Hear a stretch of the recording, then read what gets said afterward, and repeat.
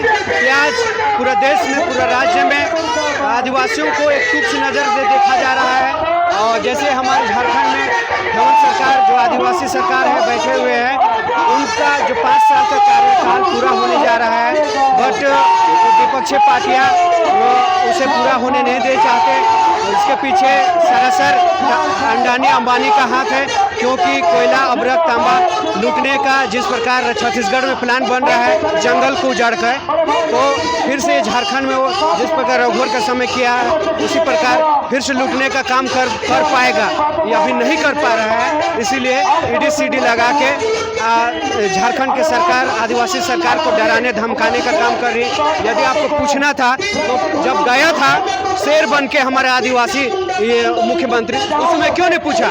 आप पूछना ही था तो बार बार समन भेजने का क्या मतलब? एक बार में सारे बातें पूछ लेते हैं। अगर आपको समन भेजना है तो रघुवर सरकार पे भेजिए, जो छत्तीसगढ़ से आके यहाँ लूट के भाग गया छत्तीसगढ़, तो उसको क्यों नहीं? आप पूरे भारत में MP MLA सबके पास काला धन मिलेगा, उस पर कार्रवाई कीजिए।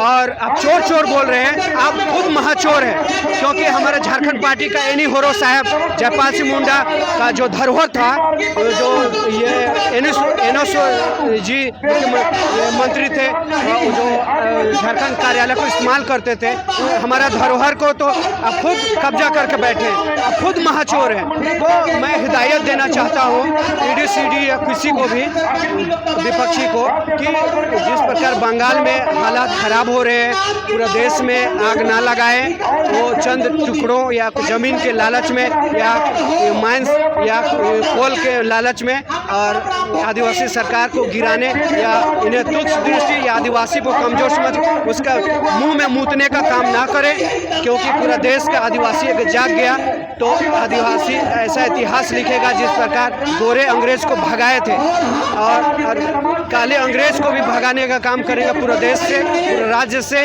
और आदिवासी ऐसा ही इतिहास लिखेगा कि आने वाले समय में पढ़ना मुश्किल हो जाएगा। तो इसीलिए मैं आप सभी को एक मंच पे आने का आगाह करता हूँ, मेरे आदिवासी भाइयों को अपना काम धाम छोड़ के पूरे देश राज्य एक हो और आने वाले समय में अपने ऊपर अत्याचार अन्याय जो हो रहा है उस पर एक साथ लड़ाई एक मत होकर लड़ा जा सके।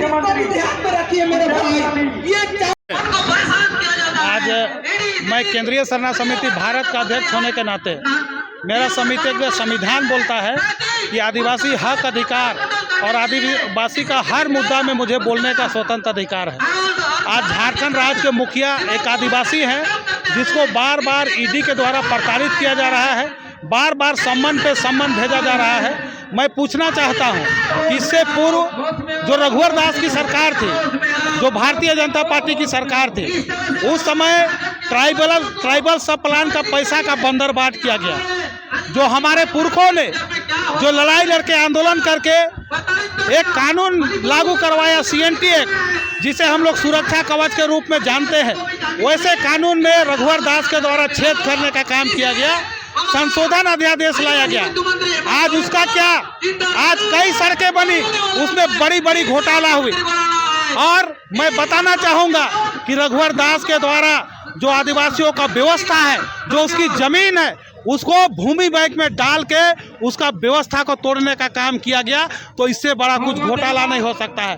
आज जब आवाज़ उठने लगी रघुवर दास पे, तो आज उसको बचाने के लिए भारतीय जनता पार्टी ने उसे उड़ीसा का राज्यपाल बनाने का काम किया है। तो मैं आज कहना चाहूँगा, अगर सही मायने में हेमंत सोरेन दोषीदार है तो हम भी दोषीदार के पक्ष में नहीं रहेंगे। लेकिन मैं इसलिए खड़ा हूँ कि एक आदिवासी है, आज आदिवासी माटी का बेटा, झारखंड का माटी का बेटा, आज वो यहाँ संघर्ष करके चुनाव में जीत के आया है, आज मुख्यमंत्री बना है। तो मैं भारतीय जनता पार्टी के नेताओं से कहना चाहूँगा कि आप जीत के आइए और शासन करिए, और आज जीत के आया उसको प्रताड़ित मत करिए। चाहे केंद्र सरकार की बात हो, आज केंद्र सरकार बहुमत में है, आज उसको कौन परेशान कर रहा है, लेकिन झारखंड सरकार जब यहाँ बहुमत सरकार बनाया है, आप क्यों परेशान कर रहे हैं उसको। आज मैं बताना चाहूँगा कि आज देखिए ये भारतीय जनता पार्टी आज आदिवासी को कैसे मिटाना है इसकी बात करती है। ये भारत देश आदिवासियों का देश है, इसको मैं नहीं बोलता हूँ, इसको सुप्रीम कोर्ट ने भी कहा है कि यहाँ का मूल निवासी आदिवासी है। लेकिन आप आदिवासी को हटाने के लिए, उसको भगाने के लिए वन अधिकार अधिनियम में संशोधन ला रहे हैं, विस्थापित करने के लिए जगह जगह आप